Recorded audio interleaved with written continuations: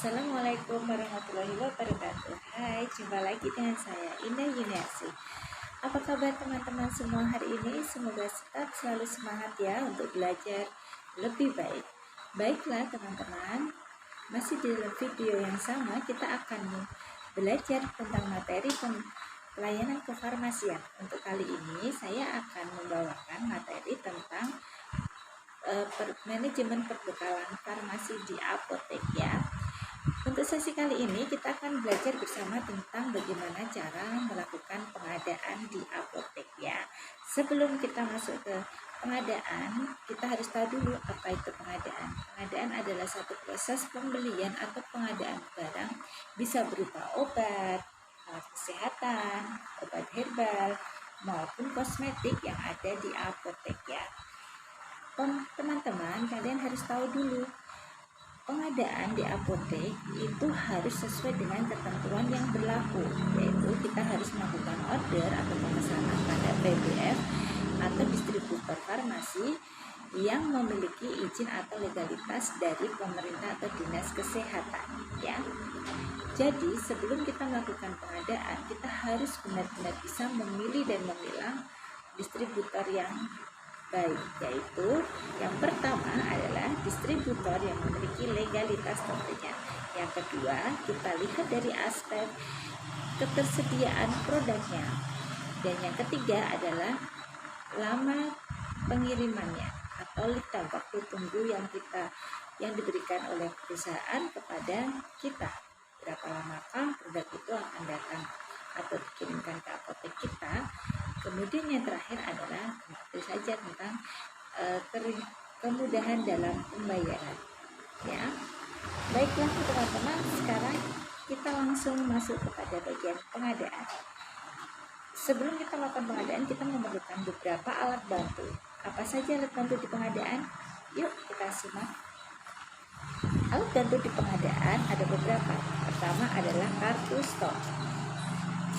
Kartu stok digunakan untuk mencatat transaksi atau perjalanan obat di dalam apotek. Kapan obat itu datang, berapa banyak, berapakah yang dikeluarkan, dan berapa sisa stok yang masih ada di apotek. Yang kedua adalah kita butuh yang namanya buku defekta. Apa itu buku defekta? Buku defekta itu adalah buku yang digunakan untuk mencatat macam-macam atau ketersediaan perbekalan farmasi yang hampir habis atau yang akan kita order. Kemudian selanjutnya tentu saja untuk memesan kita butuh yang namanya surat pesanan ya. Jadi saya sudah membawakan beberapa surat pesanan ya. Jadi surat pesanan itu ada beberapa jenis teman-teman, jangan sampai keliru ya. Surat pesanan didasarkan pada penggolongan obat. Yang pertama adalah surat pesanan biasa. Surat pesanan biasa digunakan untuk memesan obat-obat golongan obat keras, obat bebas terbatas, herbal maupun persediaan lain seperti alkes, kosmetik, dan lain-lainnya. Ya, ketentuannya untuk obat bebas, obat keras, dan lain-lain, pemakaian SP biasa ini bisa digunakan, satu lembar SP digunakan untuk beberapa item obat dari golongan yang tadi saya sebutkan ya. Dibuat dua rangkap, di mana satu rangkap asli digunakan untuk arsip apotek, sedangkan untuk rangkap salinannya untuk asli diberikan pada PBF, sedangkan untuk salinannya kita berikan atau kita simpan sebagai arsip apotek.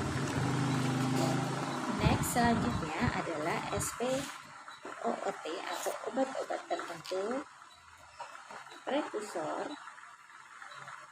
dan juga ada psikotropika ya. Ketika SP ini ketentuannya hampir mirip ya. Jadi mereka digunakan untuk mengorder obat-obat sesuai dengan golongan mereka. Misalkan psikotropika, kalian harus menggunakan SP psikotropika. Dan ketentuannya adalah pada SP psikotropika ini hanya boleh memesan surat menuliskan pemesanan obat yang berdasarkan golongan psikotropika saja. Tidak boleh dicampur dengan golongan lain dan boleh lebih dari satu obat psikotropika. Hal ini juga sama berlaku ada SPOOT, obat-obat tertentu ya, obat-obat tertentu. Jadi kita bisa memesan pakai SPOOT ya, lebih dari satu obat dengan yang mengandung golongan obat-obat tertentu. Dan prekursor atau bahan yang dapat dijadikan sebagai bahan mula narkotika juga memiliki ketentuan yang hampir sama, hanya boleh digunakan untuk mengorder satu atau lebih dari satu jenis obat yang mengandung prekursor ya. Jadi ketentuannya ini lebih spesifik. Dan ada satu lagi SP yang sangat berbeda, yaitu SP narkotika ya. Seperti kita tahu teman-teman, penggunaan narkotika itu penyalahgunaan narkotika itu sangat besar dan sangat berbahaya. Untuk itu pemerintah menetapkan ketentuan bahwa satu-satunya perusahaan farmasi yang boleh memproduksi dan mendistribusikan golongan narkotika adalah PT Kimia Farma. Jadi jangan sampai salah. Kalau untuk golongan obat lain, kalian bisa order ke PBF manapun yang kalian sukai atau yang kalian merasa memenuhi kriteria yang kalian tetapkan. Tapi khusus untuk narkotika, kita hanya bisa mengordernya di PT Kimia Farma karena kita memakai sistem satu pintu. Baik teman-teman, sekarang bagaimana? Sudah paham dengan macam-macam SP, harus bisa membedakannya. Sekarang kita akan masuk bagaimana langkah melakukan order atau pemesanan kepada pihak PBF. Seperti di awal, kita membutuhkan yang namanya kartu stok. Nah, sebelum kita mengorder atau menuliskan catatan obat yang habis ke buku defekta, kita bisa melakukannya dengan dua cara. Cara pertama adalah melalui pengamatan secara langsung atau melalui pengamatan fisik. Jadi kita bisa mengecek ketersediaan obat atau kebutuhan farmasi pada etalase apotek. Jika kiranya menipis, kita bisa menuliskannya langsung ke buku defekta. Atau yang kedua, kita bisa menggunakan bantuan kartu. Nah, di sini ini teman-teman fungsinya kartu stok. Jadi untuk supaya kita mempermudah kita untuk mengetahui kondisi atau berapa banyak sih obat berbagai farmasi yang masih ada dari diorder atau tidak ya. Setelah jatuh di defekta, kita baru akan menulis ke SP sesuai dengan golongan yang kita bahas di awal. Teman-teman, saya memiliki contoh di sini. Kita akan mengorder OBH anaconidin. Nah, anaconidin OBH. Sebelum kita order, kita harus tahu dulu kandungan obatnya apa dan masuk golongan apa. Baik, silakan diamati.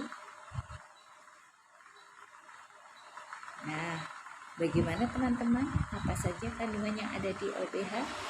Ada paracetamol, substituer, amonium klorida, pseudoephedrine, juga CTF. Dari kelima golongan ini ada pseudoephedrine. Pseudoephedrine adalah golongan prekursor, sehingga kita perlu melakukan pemesanan menggunakan SP golongan prekursor. Cara menulis SP juga hampir sama ya teman-teman. Kita hanya perlu menuliskan di bagian. Nah, sebelum masuk ke penulisan, kita lihat dulu SP terdiri dari beberapa bagian. Satu adalah kod atau identitas apotek, kemudian ada nomor SP, lalu kemudian di sini ada daftar produk yang perlu diorder dan tanda tangan atau parah dari apoteker penanggung jawab tentunya ya. Nah, ini saya punya contoh untuk pengisian di SP prekursor. Saya akan mengorder demokolon sirup dan bromcipin ya, keduanya mengandung prekursor yaitu pseudoephedrine dan phenylphedrine. Silahkan ditulis di nama distributor adalah PT yang kalian tuju, kemudian alamatnya dan sertakan nomor teleponnya. Kemudian di sini tulis nama barang adalah nama produknya, kemudian ini adalah komposisinya dan ini kekuatan dari komposisi. Misalkan anaconidin mengandung pseudoephedrine HCl sebanyak 7,5 mg. Jadi kita dituliskan di sini anaconidin PCR, zat aktifnya adalah pseudoephedrine. Sedangkan untuk jumlahnya misalkan yang diorder adalah 2 botol. Nah, kalau sudah ditulis jangan lupa minta stempel dan tanda tangan dari apoteker penanggung jawab. Untuk mengetahui golongan obatnya, kalian bisa melihat di kemasannya langsung seperti ini, atau bisa juga kalian menelusuri lewat literatur yang sudah bagus seperti MIMS, ISO, dan sebagainya. Bagaimana teman-teman untuk materi hari ini? Semoga bisa dipahami ya, dan semoga bermanfaat. Sampai jumpa lagi di pertemuan berikutnya. Assalamualaikum warahmatullahi wabarakatuh.